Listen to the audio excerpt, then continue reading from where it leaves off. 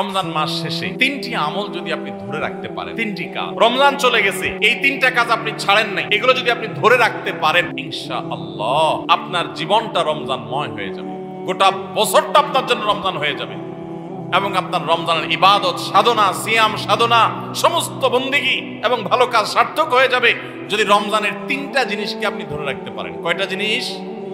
তিনটা বলবো সেগুলা। নাম্বার 1, 5 ওয়াক্ত নামাজ। আমাদের অনেক ভাইরা আছি সারা বছর নামাজের ব্যাপারে গাফিলতি উদাসীনতা করলেও রমজানে কোনো গাফিলতি করি নাই। আলহামদুলিল্লাহ রমজান মাসটা পুরা মাস নামাজ পড়ার চেষ্টা করছি। অনেকে আছেন না, কিন্তু রমজানের পরে এখন আর নিয়মিত পারতেছেন না। ভাই আর কিছু না পারেন, বেশি কিছু না পারেন, রমজানে যে 5 ওয়াক্ত নামাজের অভ্যাস করছেন ওই অভ্যাসটা ধরে রাখেন। মরণ পর্যন্ত 5 ওয়াক্ত নামাজে কোনো ছাড় কম্প্রোমাইজ দিয়েন না, কোনো প্রকার ত্রুটি করিয়েন না। আল্লাহর কসম, ঈমানের পর 5 ওয়াক্ত নামাজের চাইতে গুরুত্বপূর্ণ কোনো আমল আল্লাহর জমিনে কোরআন এবং হাদিসে আরেকটা নাই। দ্বিতীয় যে আমলটার কথা বলছি রমজানের পরে ধরে রাখার জন্য, সেটা হলো ভাই কোরআনে কারীমের তিলাওয়াত। আমরা অনেকে আলহামদুলিল্লাহ তারাবিতে খতম শুনছি, তাই না? অনেকে মাশাআল্লাহ একটু কোরআন তেলাওয়াত করার চেষ্টা করছি। যারা পারি না পড়তে তারা পড়া শুরু করে দেন। আমরা আসুন্নাহ ফাউন্ডেশন থেকে আপনাদের সর্বস্তরের সাধারণ মানুষের কোরআন শেখার সুবিধার্থে আমরা একটা কোর্স রেডি করছি। এটার প্রায় 80% কাজ ইতিমধ্যে সম্পন্ন হয়ে গেছে আলহামদুলিল্লাহ। এটার 20% কাজ বাকি আছে। আশা করছি খুব শীঘ্রই সেটা শেষ হয়ে যাবে। হয়ে গেলে এটা আমরা সবার জন্য ওপেন করে দিব। অনলাইনে আপনি নিজে নিজে কোরআন শিখতে পারবেন। তারপর আপনার এলাকার ইমাম মুয়াজ্জিনদের সহযোগিতা নিতে পারলে, ইমাম সাহেবদের সহায়তা নিতে পারলে আপনার জন্য আরো বেশি ভালো হবে। তো আপনারা যারা কোরআন পড়তে পারেন না তারা কোরআন শিখে ফেলবেন, আর যারা পারেন তারা নিয়মিত পড়বেন। প্রতিদিন 10 লাইন 20 লাইন শোয়ার আগে বা যে কোনো একটা টাইম ফিক্স করবেন, এটা আমি কোরআন পড়া ছাড়া আমি ঘুমাবো না। চেষ্টা করা যাবে না ইনশাআল্লাহ? রমজানের কোরআন তেলাওয়াতের আমলটা সারা বছর একটু হলেও ধরে রাখেন, আপনার জীবনটা বদলে যাবে। আপনি আমল করবেন, দেখবেন। নাম্বার 3 নম্বর আমল হলো রমজান মাসটা মূলত গুনাহ ত্যাগের মহড়ার মাস, গুনাহ ত্যাগের প্রশিক্ষণ নেয়ার মাস। আল্লাহ বলেছেন কুতিবা আলাইকুমুস সিয়ামু কামা কুতিবা আলাল্লাযিনা মিন ক্বাবলিকুম লাআল্লাকুম তাত্তাকুন। তোমাদের উপরে সিয়াম ফরজ করা হয়েছে তোমাদের পূর্ববর্তীদের উপর যেমন ফরজ করা হয়েছিল। কেন? যেন আশা করা যায় তোমরা মুত্তাকি হতে পারো। মুত্তাকি মানে কি? গুনাহ ছাড়া শেখা। পৃথিবীতে যত অপরাধ হয়, দুনিয়াতে যত পাপের কাজ হয়, এই সমস্ত অপরাধ, সমস্ত পাপের কাজ সাধারণত 2 কারণে হয়। এক হলো খুন্নি বৃত্তির কারণে হয়, আর একটা হলো যৌন বৃত্তির কারণে হয়। মানুষ পেটের তাড়নায়, যৌন তাড়নায় বেশিরভাগ ক্ষেত্রে খুন খারাপি, অপরাধী, রাজধানী, নানা রকমের অনাচার অন্যায় করে। রমজান মাসে যে আমরা রোজা রাখি, একটু চিন্তা করে দেখেন, এত কাজ থাকতে আল্লাহ তাআলা কেন বললেন পানাহার করা যাবে না, যৌনাচার করা যাবে না? এটা তো আল্লাহ বলেন নাই যে রমজান মাসের রোজা হলো দিনে ঘুমানো যাবে না। ঘুমের রোজা হতে পারতো না যে ঠিক আছে সুবহ সাদেক ফজর আজান থেকে নিয়ে মাগরিব পর্যন্ত ঘুমানো যাবে না, এটাই রোজা হতে পারতো না? সেটা না হয়ে আল্লাহ বললেন কি বিধান দিলেন? যে সুবহ সাদেক থেকে নিয়ে সূর্য ডোবা পর্যন্ত 2টা কাজ করা যাবে না। কয়টা কাজ?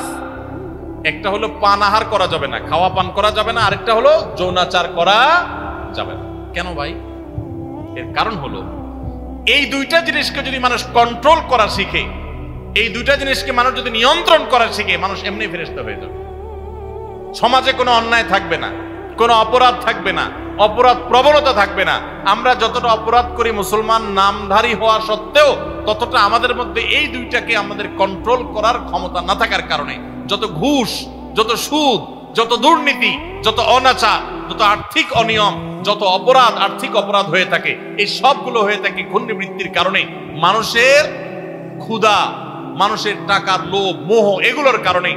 আমাদেরকে ইসলাম রোজার মাধ্যমে সেটাকে কন্ট্রোল করা শিখাইছেন যে বান্দা, তোমার পেটে ক্ষুধা আছে, তোমার সামনে খাবার আছে, তোমার পেটে, তোমার গলায় পিপাসা লেগেছে, তোমার সামনে পানি আছে, কেউ দেখছে না, বদ্ধ রুমে আছো, সিসি ক্যামেরাও নাই, তুমি একা একা রুমে আছো, চুপচাপে খেয়ে নিলে খেয়ে নিতে পারো, পানি পান করলে করতে পারো, কিন্তু আপনি করছেন না। এই যে আমার সামনে সুযোগ আছে কিন্তু আমি খাচ্ছি না, কেন? আল্লাহ নিষেধ করেছেন। ঠিক একই ভাবে আমার সামনে ঘুষ নেওয়ার সুযোগ আসবে, সুদ নেওয়ার সুযোগ আসবে, দুর্নীতি করার সুযোগ আসবে, চাঁদাবাজি করার সুযোগ আসবে, মাস্তানি করার সুযোগ আসবে, আর্থিক অনিয়মের সুযোগ আসবে, রাষ্ট্রীয় সম্পদ আত্মসাতের সুযোগ আসবে, রিলিফের টাকা মারার সুযোগ আসবে, অন্যায় করার সুযোগ আসবে, 2 নম্বর পথে কামাইয়ের সুযোগ আসবে। কিন্তু আমি করব না। কেন? আমার আল্লাহ নিষেধ করেছেন। যে আল্লাহর ভয়ে রোজা রেখে আমি খাই নাই, যে আল্লাহর ভয়ে রোজা রেখে আমি পান করি নাই, যে আল্লাহর ভয়ে আমার পিপাসা ছিল, ক্ষুধা ছিল, খাবারও ছিল, কিন্তু আমি সেগুলো ধরি নাই, সেই আল্লাহর ভয়ে আমি সারা বছর যদি দুর্নীতি ছেড়ে দেই, তাহলে সমাজটা ফেরেশতা হয়ে যাবে না? ঠিক একইভাবে যৌন বৃত্তির কারণে, যৌন তাড়না আকাঙ্ক্ষার কারণে, এটা নিয়ন্ত্রণহীন হওয়ার কারণে মানুষ খুন খারাপি, মাদক, নানা রকমের অপরাধের সাথে মানুষ জড়িয়ে পড়ে। ইসলাম বলেছে আমাদেরকে রোজার মাধ্যমে সেটাকে কন্ট্রোল করা শিখতে। দেখুন, গোটা পৃথিবী ভোগবাদী দুনিয়া, আজকের এই পৃথিবী আপনাকে শুধু ভোগের কথা বলবে। যত বিজ্ঞাপনী বিলবোর্ড দেখবেন, যত শুরু করবো ইনশাআল্লাহ, যত বিজ্ঞাপনী ভিডিও দেখবেন, যত অ্যাডভার্টাইজমেন্ট দেখবেন, সবগুলো দেখবেন ভোগ, ভোগ এবং ভোগ। এই যে পয়লা বৈশাখ গেল, শুধু ভোগ আর কিছু নেই। খাও দাও, ফুর্তি করো, জামা কাপড় পরো, বাস শেষ। ঈদ আপনাকে বলেছে ভোগ করো, কিন্তু তার আগে ত্যাগ করো। ফিতরা দিয়ে গরিবের মুখে হাসি ফুটাও, এরপর তুমি হাসো। কোরবানির গোশত থেকে নিজে খাও, ওয়া তা'মুল বাইসুল ফকির, গরিবকে খাওয়াও। ইসলামের উৎসবে ভোগও আছে, ত্যাগও আছে, কিন্তু এই সমস্ত বর্ষবরণ টরণ, এই সমস্ত অনুষ্ঠানে শুধু ভোগ আছে, এগুলোতে কোনো ত্যাগের শিক্ষা নাই। গোটা সমাজ আজ উচ্ছন্নে চলে যাচ্ছে, গোটা সমাজ আজ নষ্টের তার প্রান্তে চলে যাচ্ছে। এর অন্যতম প্রধান কারণ হলো আমরা একটা ভোগবাদী পৃথিবীতে আছি। এখন আমাদের সবাই শুধু ভোগ করা শিখে, ত্যাগ শিখে না। এখন সেই যুবক সমাজে পাওয়া যায় না যেই যুবক সে তার সিটটা একজন বয়োজ্যেষ্ঠ মানুষের জন্য স্যাক্রিফাইস করে পাবলিক পরিবহনে উঠে। সেই যুবক পাওয়া যায় না যেই যুবক একজন মুরব্বী মানুষকে দেখে রেসপেক্ট করে রাস্তার পাশে দাঁড়িয়ে শ্রদ্ধা ভরে তাকে সালাম নিবেদন করে।